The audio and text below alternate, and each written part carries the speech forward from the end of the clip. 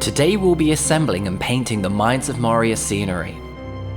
As we take our next steps deeper into the depths of Khazad-dûm, and we find the final resting place of Balin the Dwarf, Lord of Moria. Hello, and a warm welcome to the Swords and Brushes YouTube channel. On this channel, I will cover all things Lord of the Rings and Middle-earth related to painting miniatures and making scenery. So if that is something that you would enjoy watching, then tell the like button that the Fellowship is waiting for them in the mine, and specifically instruct them to take the left passage, as it smells the nicest. And now, let's make the Mines of Moria scenery. As you can tell from the images in the introduction, the Mines of Moria scenery is a welcomed addition to the Battle of Balin's Tomb board game. It adds a nice element to it, and allows the miniatures to interact with these pieces, such as when Frodo is hiding behind the pillar from the cave troll in the film. The only thing that is slightly too big and won't fit perfectly on the squares are the pillars, but we shall do something about that in a future video. This sprue has some lovely details to it, such as the deceased dwarfs, the wooden chest, and of course the trapdoors, which are used in the rules for the game. We will first detach the pieces by using our hobby cutters. Be sure to use the flat edge of the cutters towards the scenery. This will give us the closest cut before we tidy the plastic next. As you know from my previous videos, I do like to give out tips and tricks that I use for my hobby. And hopefully these will save you time and money for you guys. So today's tip is, when using a hobby knife to clean up the edges of the miniatures and scenery, I use a small amount of thin masking tape and wrap it around the lower section of the blade, which prevents any niggling cuts on my thumb as I work. As I am used to using the knife, I have more control bringing the blade down the plastics towards my thumb rather than up and away. But as always, be careful when using a blade and be safe. It's always better to be slower and precise until you get used to a rhythm that suits you. A question to you guys, what's a good tip or products that you use when cleaning plastics in this way? It would be great for you to comment below and share your knowledge with others. Next is removing those pesky mold lines. There are a couple methods I use for this. The first again is using the blade. With the blade at a nearly 90-degree angle, slowly run it over the lines a few times until the excess plastic disappears. Or if you prefer a fine grit sandpaper, this would do the job nicely, as you can see here. You will certainly get a bit of mess on your desk after this, and I use this little handheld vacuum to sort that out. The two types of glue that I have available to me are plastic glue and super glue. Both will work perfectly, however I like to use super glue as it has a quicker drying time. Only needing a few dots, the glue will hold our scenery pieces together with a strong bond.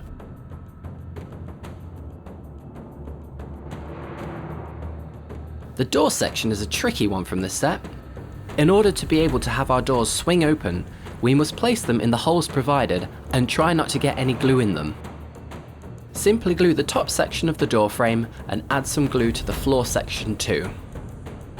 Again, avoid the circular holes where the door will fit in. Now all we have to do is hold the door frame and both doors in place and slide them onto the floor like so. Now let's talk about these pillars. As you can see, there is an ugly line running on the top and the edges where the two segments come together.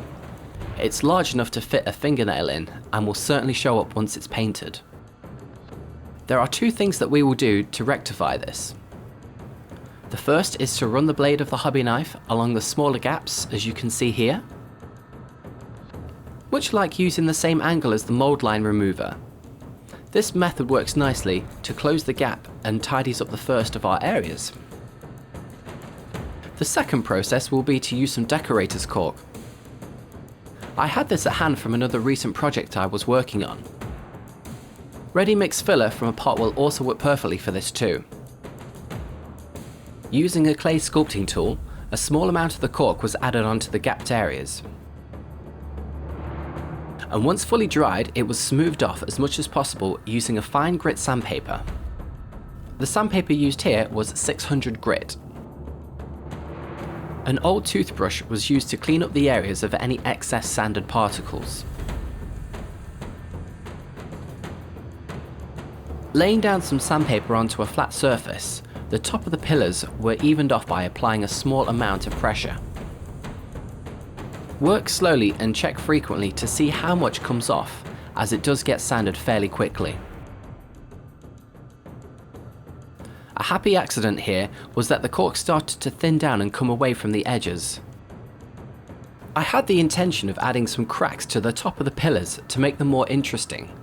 So I went along with this and made these areas part of the damaged stone.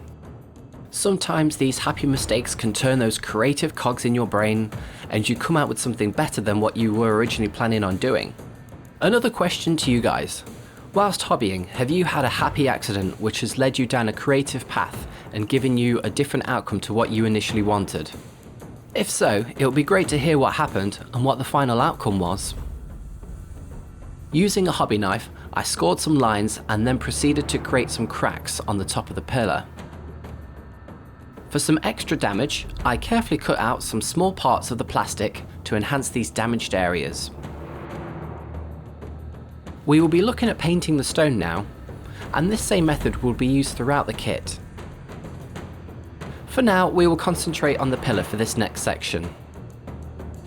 I used a less expensive black spray for these that I found at a shop, to see if there will be any real difference between it and my normal go-to hobby sprays. The outcome was positive and it covered nice enough, but even though it said it was a matte finish, it's not as matte as a Games Workshop or an Army painter spray, so I will still use the latter for my miniatures. To save money once more, the majority of the stonework was painted with the tester pots that I found at a shop. I like to use these on scenery, as not only are they half the price of a hobby paint, but you get around 4 times the amount of paint. It's a win-win. And what's even better is the variety of colours is brilliant, especially greys, creams, browns and greens, all of which are perfect for scenery. I tend to take my hobby paints with me to the shop and get the closest match possible. So I will add the hobby paint equivalent to the bottom of the screen as we paint these pillars so you can follow along. A piece of sponge will be used to add the base coat to our stone colour. To start off, a blob of paint was first added to the palette and moved around to create more surface area to allow the sponge to pick up the paint. It was then applied by patting the pillar until the majority was covered by the first layer. Using a sponge in this way rather than a brush creates a fine texture on the surface of the pillar, and it adds a nice feel to the stonework rather than the smooth plastic that we had before. Once this layer was fully dried, a second layer was applied to cover up more of the black. The next paint used was a browny grey colour, and this was applied using the same spongy method that we did before. Only one layer was needed for this stage. If you were to look closely at stones, the majority are made up of lots of colours. Whether they are speckles on the top surface or a fusion of colours underneath the top layer, they are quite interesting to look at. So we're going to have a bit of fun with our pillars. To make them look more interesting, we will add some colour to the next layer. For this, we added a small amount of purple to our palette and heavily watered this down to create a wash. Using a larger brush, the purple was randomly pattered all over the pillar. I would like to say at this point, be bold. It looks interesting at the moment, but it will be all well at the end. The like button promises. Once fully dry, the same process was used for the green. You can experiment with the colours at this stage. For example, you could use a blue and it will give the stone a colder feel to it. After this stage is fully dried, we will apply the top layer of our stone colour. Using a soft bristled makeup brush, it is perfect for this task, as the paint will be applied in a circular motion. As the paint is applied, it gradually gets built up in layers and will slowly start to cover the previous stages. It's best to go over the whole pillar once and let it dry, and then see if you want to apply any more paint. depending on how much colour you would like to see from the previous stage come through. Now that the stone colour has been achieved, we need to add a few more things to finish it off. Firstly, a black craft paint was heavily watered down and applied into the recesses of the stone. Again, you could use a normal hobby paint for this, but the craft paint is so much cheaper and the results are the same for what we need to do. The same black paint was then used to paint the cracks on the pillar. These were painted into the sculpted detail as well as the cracks we created on the top section earlier in the video. And for some added interest, random dots, strokes and jagged lines were painted all over the pillar. These are to represent scuffs and scratches on the stone. Now we will add the highlights to our pillars. To do this, we used a dry brush technique with a light coloured paint. To dry brush, only a small amount of paint is used at the very end of the brush, and then using a kitchen towel the majority of the paint is taken off, leaving only a small amount. Having too much paint still on the brush will cause streaks to appear, so it's always better to test on a small area first to see if you are happy with the result before continuing. The remaining paint is then carefully applied, focusing on the edges, corners and the details of the stonework. The pillar transforms into a three-dimensional shape before your very eyes. Dry brushing is one of those techniques that is a wonderful skill to have as a miniature painter, especially when doing scenery. It's very satisfying to see your work come together by applying highlights in this manner in a relatively quick way. To finish off the stonework, some army painter ash grey was used to paint lines underneath the black cracks. This enhances the look of them and gives them more depth, which draws the eye. It's little details like these that I love to add. And when you see all the scenery at the end next to each other as a collection, it makes me smile. As the stonework throughout the kit was painted with the same colours, I will move on to some of the details now and show how these were painted. The trapdoors were painted firstly with rough iron for the metal sections. Here you don't have to worry about getting any onto the wood, as this was then painted over the top with werewolf fur. A strong tone wash was then applied to both. This would create shade on the wood, but also take away some of that shine from the iron colour. Monster brown was used with a fine tip brush, and small lines were painted on to create a wood grain running along the planks. A final highlight was added only to the edges of the planks. These same techniques and colours were used on the doors for the tomb entrance as well. Gunmetal was slightly diluted with water and then applied onto the metal sections. This created a silver sheen over the rough iron. Make sure to leave some of the darker recesses near the handle, hinges and rivets. And finally, a slightly watered down black was then applied onto the recesses of the wood. This created more depth between the wood and the metals.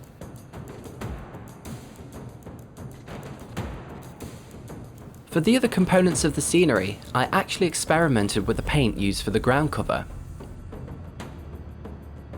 Using a craft paint, which was a great match to hardened carapace, worked out very nicely. Our poor deceased dwarf had its bones painted with banshee brown. These base coats were applied carefully, and any paint going onto the ground could be easily touched up later. The clothing was painted green to follow the How to Paint a Dwarf Warrior video. Oak brown was used for the boot.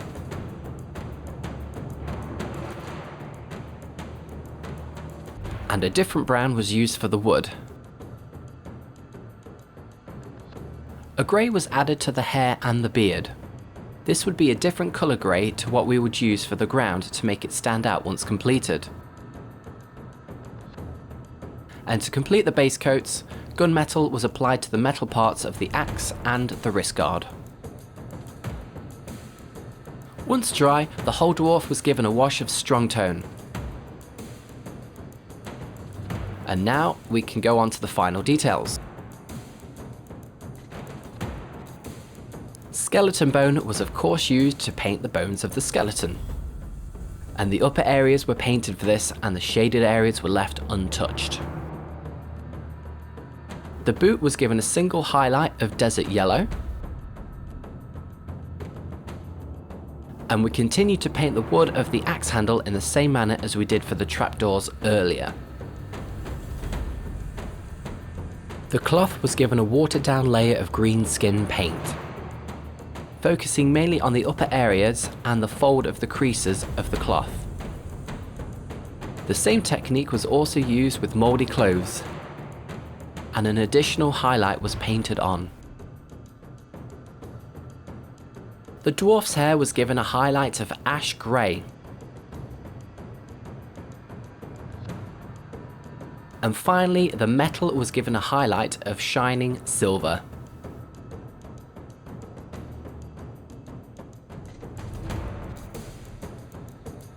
Now we just need to finish off this part of the scenery by painting the base. For this we used 𝐒𝐿𝐼𝐻𝐾𝐄e and dry brushed it on using a cheap brush, as it's seen better days. I was recently asked in the comments what type of brushes I use, and you can see from this video alone that I have used quite a number. It all depends on the task at hand.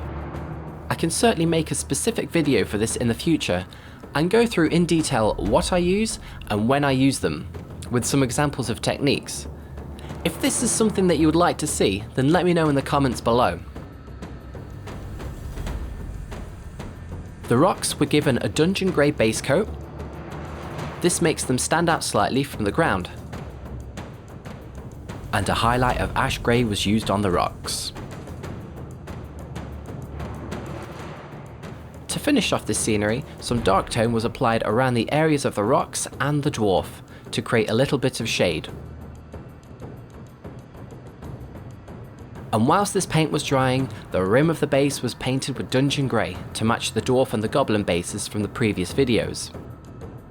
A black rim would also look good here instead, but it's all about personal preference. The colours and techniques that we have used in the video today can then be applied to the rest of the scenery from the kit. The books can be painted in all sorts of colours, so I will let your artistic flair decide how you would like to paint them. As for the scattered pages, you could find a detailed way of how I painted them in the How to Create Mine Bases video, so do check that out after this one. And there you are, you have some nice terrain to use in your Mines of Moria games, as well as the Battle of Balin Tombs board game. From this photo, you could probably guess what the next video is going to be, so keep your eyes out for more content. If you have found value in the video today or simply liked some of my tips and tricks, then please do let me know in the comments below. Like and subscribe, and maybe tell a friend if they have some Mines of Moria games to play. Thanks for watching, and until next time, keep on hobbying.